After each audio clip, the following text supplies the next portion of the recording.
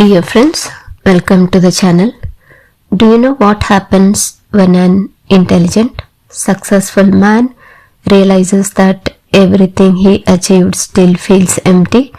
This is the true story of S.S. Cohen, a sharp intellect, a restless seeker, and one of the most honest questioners who ever sat before Ramana Maharshi. Unlike blind devotion, Cohen came with the doubts, inner conflict, fear and psychological struggle, and what Bhagavan gave him was not comfort but truth. Stay till the end because Bhagavan's answers to Cohen address modern anxiety, ego, suffering and the fear of losing control, which are the issues many of us still face today. S.S. Cohen was not an Indian monk. He was born in Baghdad, educated in Western philosophy, a man of logic, clarity and skepticism, living a householder life, not renunciation. Outwardly, life looked stable, but inwardly, Cohen faced persistent mental restlessness, a sense of meaninglessness, intellectual answers that brought no peace, fear about ego, death and loss of identity. He later admitted, "I was mentally active, argumentative and dissatisfied. Despite reading spiritual books, nothing touched the root problem." Cohen's main struggle was very modern. He worried, if I follow spiritual truth, will I disappear? Will I become passive or useless? His mind constantly analyzed, is this logical? Is this safe? Or is liberation psychological suicide? He wanted peace but feared surrender. He wanted truth but feared letting go of control.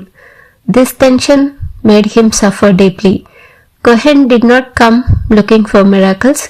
He came because Bhagavan did not preach, Bhagavan did not argue, or he did not recruit followers. People said, sit before him, your mind will quiet down.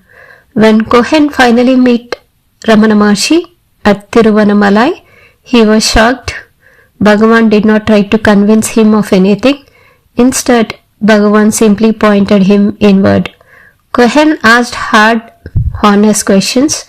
If I destroy the ego, won't life become empty? Bhagavan replied, you imagine the ego is your strength. In truth, it is your burden. How can inquiry help practical life? Bhagavan answered, find out who works. Then work will go on itself. This deeply affected Cohen. He realized Bhagavan was not rejecting life. He was removing false ownership of life. Bhagavan gave Cohen 3 core teachings. Self-inquiry is not mental repetition. Bhagavan clarified that do not repeat who am I verbally.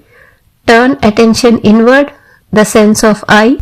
This corrected Cohen's intellectual habit. Bhagavan told him fear exists only for the ego. Find the ego, fear vanishes. Cohen later wrote that this single teaching vanished his lifelong anxiety. Bhagavan said, you are already free. The effort is only to remove ignorance. This destroyed Cohen's idea that awakening was something dramatic or dangerous. Cohen did not become a monk. He remained practical, clear and grounded, but inwardly, mental agitation dropped. Fear loosened its grip. Silence became familiar. He later wrote the classic book, Guru Ramana, one of the clearest explanations of Bhagavan's teaching for modern minds.